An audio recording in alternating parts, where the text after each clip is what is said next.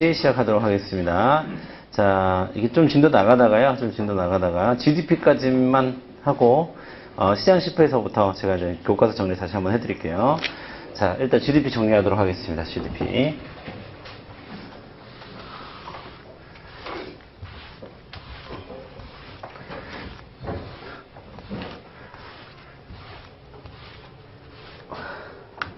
자, 우리가 이제 GDP를 이해하는 데 있어서, GNP와 이제 비교를 좀 해야 되는데, 자, GNP와 좀 비교를 하도록 하겠습니다. 자.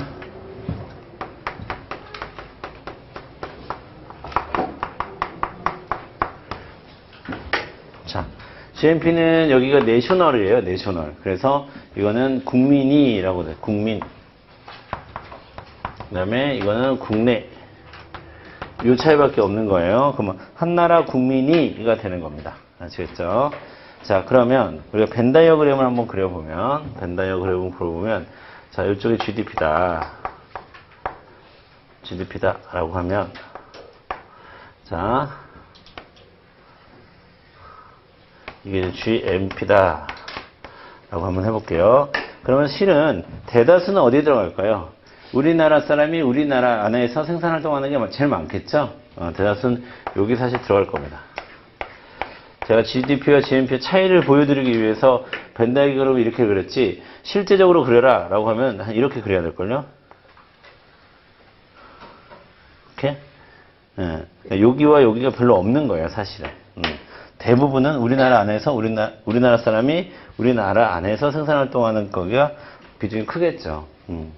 자, 여러분, 우리나라 안에, 외국 사람인데, 지금 우리나라에서 활동하는 사람, 연예인 누가 있죠? 세모치리? 네, 세모치리를 합시다. 이거 3년 전에 세모치리 했던 건데, 좀 바꾸고 싶어가지고 한번 물어봤는데, 누가 없나? 세모치리가 없나? 샘 해밍턴? 네, 샘 해밍턴 합시다. 그 사람도 한 2년 전에 했던 것 같은데, 자, 샘 해밍턴으로 하겠습니다. 그나마. 자, 샘 해밍턴이 버는 돈이, 자, 샘 해밍턴이 우리나라에서 방송을 하면, 출연료 받겠죠? 그 출연료는 GNP에는 들어가요? 아니죠. 샘 해밍턴이 우리나라 사람이 확실해요? 귀하고 뭐 이런 거 아니야? 네. 우리나라 사람이 아니라는 전제하에, 샘 해밍턴이 번 돈은 여기에 들어가는 거고요. 그 다음에 여기에는 계속 바뀌지 않는, 손흥민. 자, 손흥민이 외국에서 축구에서 번 돈은, 손흥민 우리나라 사람이기 때문에 GNP에는 들어가겠지만 GDP에는 들어가지 않습니다. 왜? 우리나라에서 활동한 게 아니기 때문에. 그렇죠? 지금 어디 있죠? 손흥민? 영국에 있죠? 그럼 영국의 GDP에는 들어가겠죠. 손흥민이 번 돈이. 그런데 우리나라 GDP에는 들어가지 않습니다. 하지만 우리나라 GNP에는 들어가겠죠. 손흥민의 국적은 한국이니까. 이건 확실합니다. 왜냐하면 손흥민은 국가대표 선수니까요. 우리나라 사람이겠죠. 네. 자, 요거를 샘 해밍턴, 수없이 많은 샘 해밍턴이 있겠죠. 수없이 많은 샘 해밍턴이 번 돈을 뭐라고 부르냐면요, 지급 요소 소득이라고 부릅니다. 지급 요소 소득. 우리나라가 요소 소득, 여러분, 요소 소득이라는 것은 생산 요소에 따른 소득이라는 거고, 생산 요소 중에서 제일 중요한 게 뭡니까? 노동이죠, 노동. 그래서 지급 요소 소득. 그러니까 우리나라가 지급한, 외국인에게 지급했다라고 의미에서 지급 요소 소득이라고 하고, 손흥민이 번 돈은 우리나라가 받은 돈이죠. 그래서 수치 요소 소득이라고 부릅니다.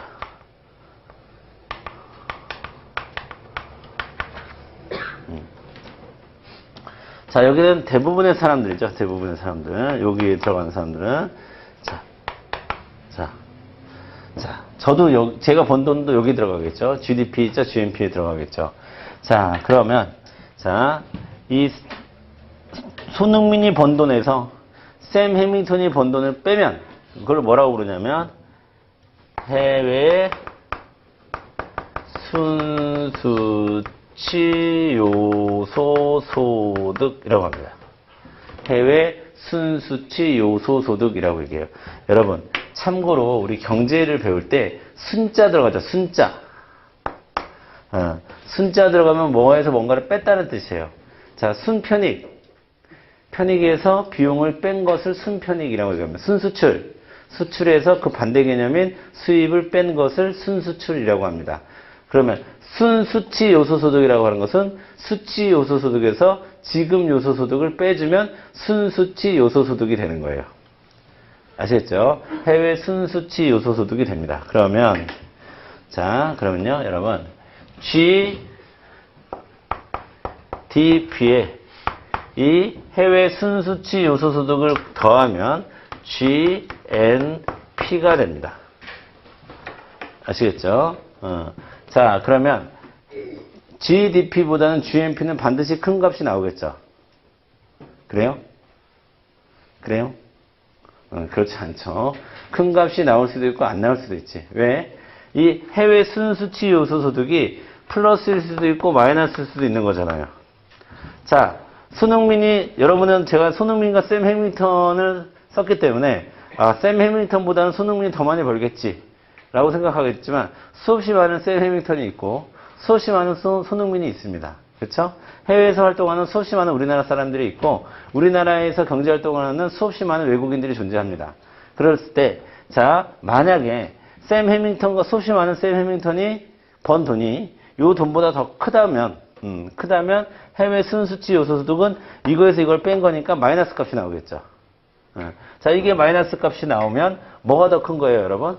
GDP가 GNP보다는 큰 거죠. 근데 이게 플러스 값이 나오면 GNP가 더 큰 값이 나올 거고.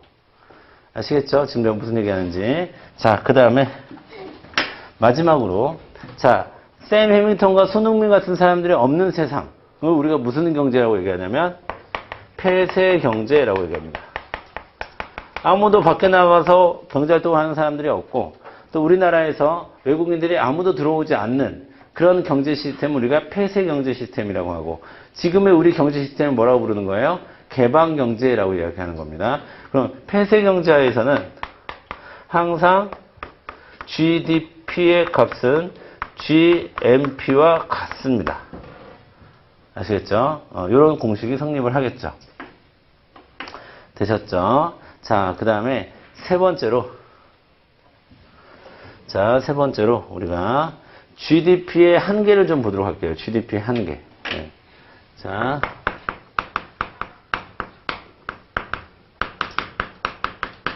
자, GDP의 한계 보도록 하겠습니다.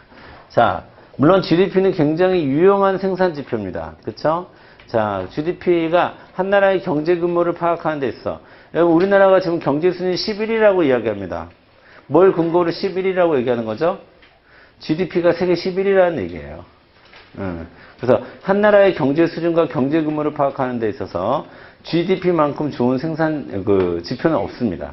그럼 굉장히 유용성이 있고 또 다른 나라와 비교를 할 때도 역시나 GDP가 다른 나라에서 다 GDP를 사용하기 때문에 GDP만큼 좋은 지표는 없죠. 하지만 자, GDP가 만능은 아니라라는 얘기예요. 어떤 한계점이 있냐면 첫 번째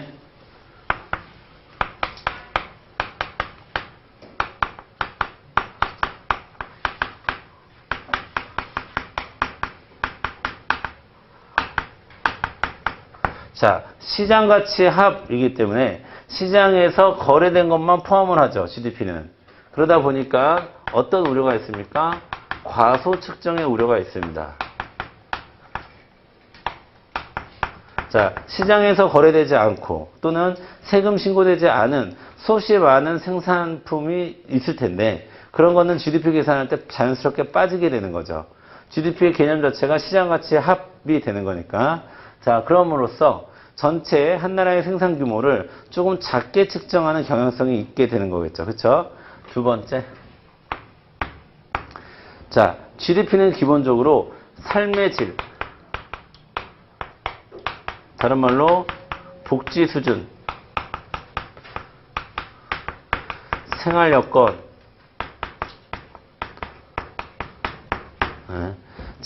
를 반영하지 않습니다. 자, 여러분 생각을 해볼게요. 자, 어느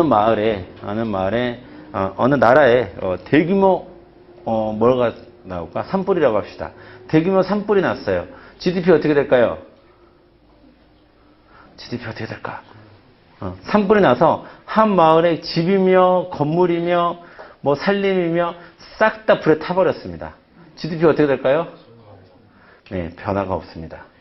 GDP는 생산 지표입니다. 무엇을 생산했는지를 따지는 거예요. 자, 아무것도 생산된 건 없죠. 사라진 것은 있어도 생산된 건 없죠. 사라졌다고 해서 마이너스가 되지는 않습니다. 생산 시점에 생산됐어? 그러면 그해 GDP에 이미 들어가 있었을 거야. 산불로 사라졌다 하더라도 뭐 3년 전에 만들어진 건물이에요. 그러면은 3년 전 GDP에 들어가 있을 거예요. 3년 전에 만들어진 기계가 산불로 인해서 타버렸어요. 그 기계는 3년 전 GDP에 이미 들어가 있을 거예요. 올해 GDP에 그것이 마이너스로 잡히진 않습니다. GDP는 얼마나 생산했는가를 측정하는 지표입니다. 그럼 GDP에 변화가 없죠. 그러면 자, 그 산불난 마을, 그 산불난 나라를 가만히 둡니까? 복구 사업을 하죠. 집을 짓죠. 기계를 사야 되죠. 그쵸? 여러 가지 원자재가가 막 들어가겠죠. 그럼 많은 사람들이 거기서 건설 노동을 하면서 요소소득도 증가하겠죠. 그러면 GDP 증가할까요? 안 증가할까요? 증가합니다. 근데 그러한 삶이 나아진 건가요? 우리 생활 여건이 좋아진 건가요? 복지 수준이 좋아진 건가요? 그렇진 않죠. 또 하나 예를 들어볼까요? 여름에 굉장히 더웠어요. 여름에 굉장히 더웠다. 올해 여름은 그냥 지나간 것 같아, 어떻게. 올해 여름은 코로나며 무슨 뭐 태풍이며 걱정하다 그냥 지나간 것 같은데, 어느 해 여름이 굉장히 더웠어요. 굉장히 더워서 전기에너지 사람들이 너무 더워가지고 정말 스트레스도 많이 힘들어 죽겠는데, 그러면 GDP 늘어날까요? 줄어들까요? 늘어납니다. 너무나 더울수록 전기에너지 생산이 많아지겠죠. 사람들이 에어컨을 돌려야 되니까 전기에너지 생산이 많아지겠죠. 그러면 GDP 자체는 올라갑니다. 그럼 너무 더운데 그게 우리가 생활 여건이나 복지 수준이나 삶의 질이 좋아진 건 아니잖아요. 그렇죠. 여러분 일례로 자, 삶의 질이나 복지 수준이나 행복 지수가 제일 높은 나라는 GDP랑 상관없는 나라들이에요. 부탄, 네팔 뭐 이런 나라들입니다. 그러니까 GDP가 좋아졌다고 상승했다고 해서 그 나라 국민들이 살기 좋아졌다라고 얘기하기에는 힘들다라는 거예요. 아시겠죠? 자,